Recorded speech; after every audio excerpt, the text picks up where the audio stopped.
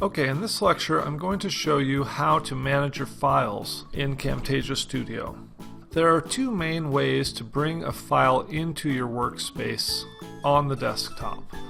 The first way is to use import media, and when you click on this, it's going to allow you to either import screen captures, which is when you record the screen and then save it as a screen capture, or you can also import finished videos that have already been produced. If they've already been produced, they're going to look like this. It's going to have like a cover image because it's been produced and finalized, and it'll usually have something that you've named it. So in my case, this is one of my beginning videos, so I called it Camtasia Basics. These other ones, which just look like a strip of film, these are screen captures that have not been produced and finalized. So if I click on one of these, and I'm going to go to this one, it'll pull it onto this blank white space, which is called the clip bin. And this is basically where you assemble all of your pieces that you're going to then use in your video. So I could put that clip in there, which is a screen capture that I did. And I could also add images if I wanted to lay images in there. I could add audio files into this, and then they'll all just be sitting there ready for me to use and drag onto the timeline. So then once I'm ready to use this video, I just drag it onto the timeline here and release it, and it's there on the timeline and ready to be used. Now, one thing to note is that it always gives you this gap at the beginning, so I generally, unless I'm going to add an intro or something in there, I will drag this over to the edge, and then you'll see it pop up. So that's the first way to bring media into your workspace on Camtasia Studio. The other way, I'm going to go ahead and get rid of this. I'm going to say File, New Project. It's going to ask me if I want to save that, and you can make your decision based on whether you've modified it and want to save it. In this case, I just was showing you that, so I don't want to save it. I'm going to click No, and then it'll just go away and leave me with a blank workspace. Now I'm going to go and bring in a project. And a project is when you've imported a bunch of different media, you've worked with it and created something on the timeline and then saved it as a project. So I can go to File, and I go to Open Project, and then you'll see these green little bits of film, and these are all projects. So any of these I could import. Let's just grab any random one. And notice, instead of just putting the file here in the clip bin, it also opens it up in the video screen and down here on the timeline. And that's because it's already been worked on and created. You can see all the spots along this video where I've cut it and edited it, and you can even see if I make these tracks a little thinner and I zoom in a bit on this section, zoom,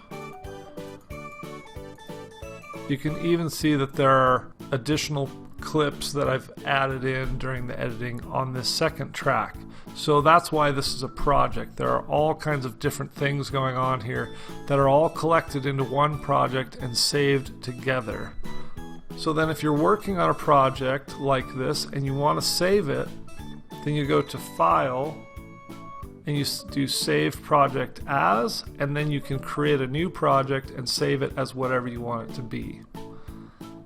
And then as you're going, once you've saved it as, and so say I'm going to call this one, well, you can actually see the title here, How to Say What You Need to Say.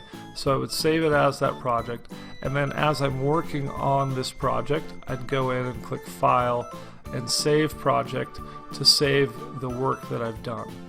Then later I can close this project out just by going to New Project, and that'll close it. And then if I want to go get that project again later to either work on it some more or to produce it as a final video, I can go to File, Open Project, and go right back to that project right here, How to Say What You Need to Say. and I click that and it'll reopen it on the timeline so I can work on it further. So those are basically the two ways to pull media into your Camtasia workspace. The first one being import media, where you can import video, audio, image files, and then once you've worked with all of those, you save them as a project. And then once you've saved a project, if you want to work on it some more, you go to this open project and it'll open the entire project. So that's how you work with files in Camtasia Studio. And then the final thing that you do once you've completed your project, of course, and we've talked about this a little bit before, is produce and share. And once you have a file open or a project open, we'll go back to this project, and you're completely finished working on that project. You go to produce and share, and then you choose how you want it produced. And it usually defaults to this MP4 with Smart Player, which I don't use. The Smart Player I just ignore, because basically Smart Player is going to produce your video and then also upload it into something like YouTube or another program, which I don't ever want to do. And those are all down here. Or you can share it directly to places like Google or YouTube. But I just use these three right here. And of these three, 480p is standard definition, so you really don't want to use that unless you have to.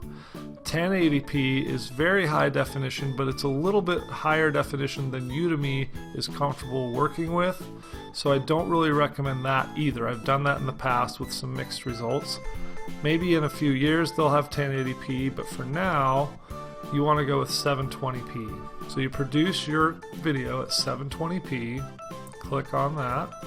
It'll show up here. It shows you the editing dimensions, which is what you want, 1278 by 720. And then you just go click next.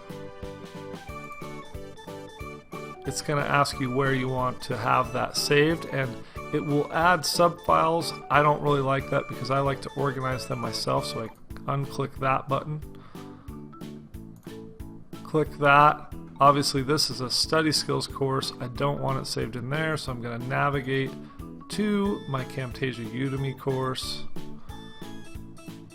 and then I make sure that the file says what I want to say, how to say what you need to say, and then I click save, which I'm not going to do at this time. And then once I click save, I'll go down here and click finish, and then it will produce my video and save it into this file under this name.